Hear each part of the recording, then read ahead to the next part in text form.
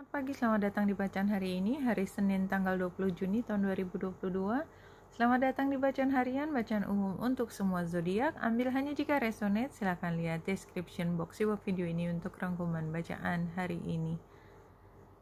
Hari ini, hari Senin, bulan ada di Pisces. Saya udah cerita sedikit tentang energi Pisces kemarin. Ini adalah closure ya, sebenarnya ini adalah closure.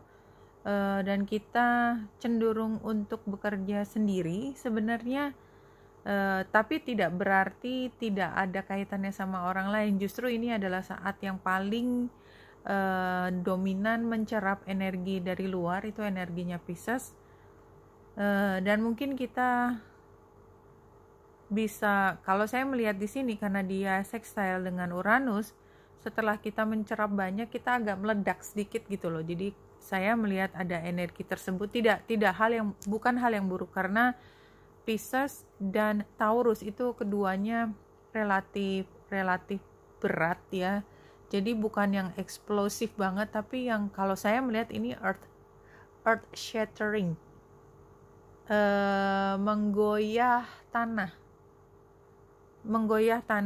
Tidak perlu satu hal yang negatif karena ini sextile juga, tetapi menggoyang tanah artinya ada fondasi yang berubah atau ditata ulang.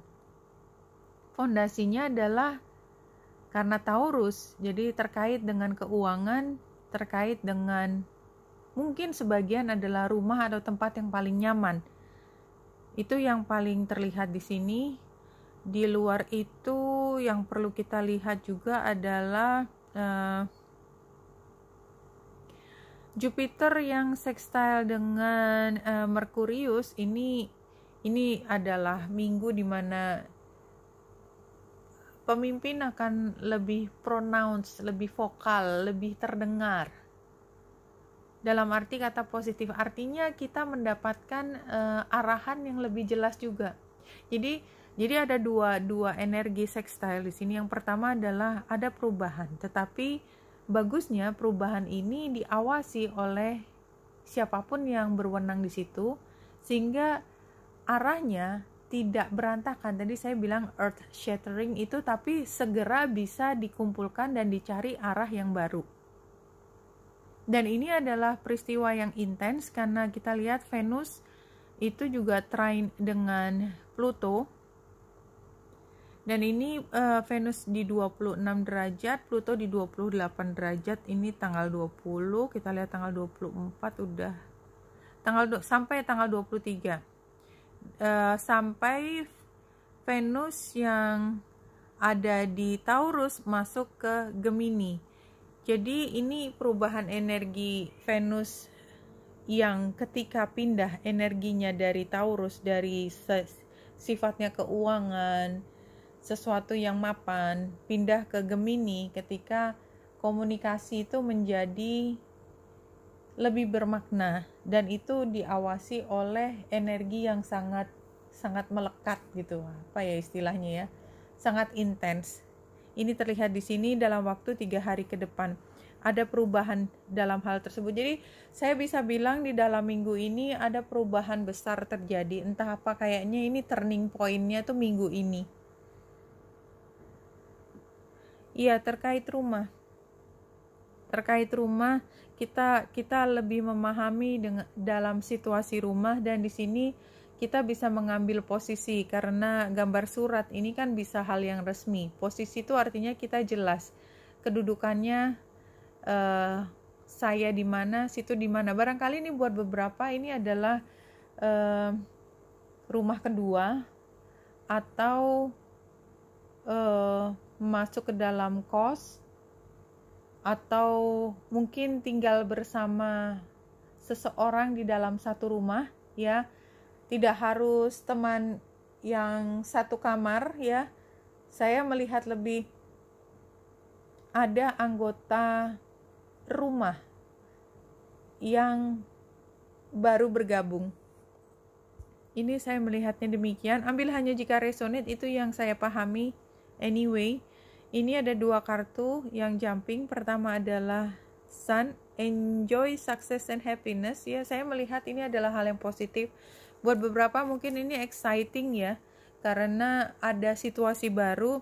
Peacekeeper, let go of the need to be right, terutama karena ini juga situasi baru ya, jadi kita tidak perlu harus jinjit gitu, harus memastikan kita benar gitu. Kita jalani aja, dan itu energi Pisces banget. Kita jalani aja, kita belajar banyak dari situ, dan kita tinggal mengalir sesuai dengan arus yang ada. Di sini realisasinya sudah previous events. Jadi sebenarnya kita udah masuk ke situasi baru. Kemudian sekarang kita sedang belajar, kita lihat dari buku ke buku, kita makin tinggi menggapai bintang ya. Jadi satu demi satu kita lewati, kita pelajari, kita tumpuk sebagai tumpukan memori kita, ingatan kolektif kita. Kemudian disitulah kita sedang mengumpulkan power juga pada saat yang bersama. Kayaknya pengetahuan itu adalah kekuatan. Jadi ini memang saatnya menjadi lebih pintar dalam arti apapun. Ten of Wands itu kan akhir dari satu upaya yang berat. Tinggal selangkah lagi kita udah keluar dari situ, kita mulai hal baru. Ini adalah tantangannya stuck in the past ya. Jadi ini kan sebenarnya kita punya responsibility baru, dan kita challenge-nya adalah kita masih belum bisa melepaskan energi masa lalu, masih stuck di situ. Advice-nya adalah let go, lepas, udah nggak bisa diapa-apain lagi. Yang lalu tuh udah tumpah, yang lalu itu udah selesai. Terima itu, dan ini adalah outcome-nya. Iya, jadi masih goyah nih yang earth shattering event-nya tuh kayak sini. Jadi memang hari ini ada satu hal yang berubah, ada hal yang baru. Kita kakinya masih di dua tempat, masa lalu dan masa sekarang, dan ini membuat kita menjadi belum bisa sepenuhnya menjadi diri sendiri. Dan oleh sebab itu memang kita mungkin terlihat pasif, tapi sebenarnya itu adalah proses yang sangat aktif di dalam diri kita untuk mencoba adjustment, penyesuaian diri terhadap situasi baru. Ambil hanya jika resonate ya. Saya dari tadi menangkap situasi baru.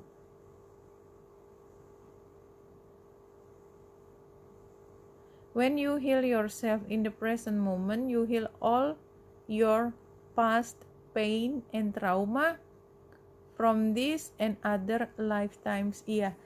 Jadi di sini juga menceritakan ada masa lalu yang masih belum let go, dan ini sarannya adalah let go dan biarkan diri kita recuperate ya, heal.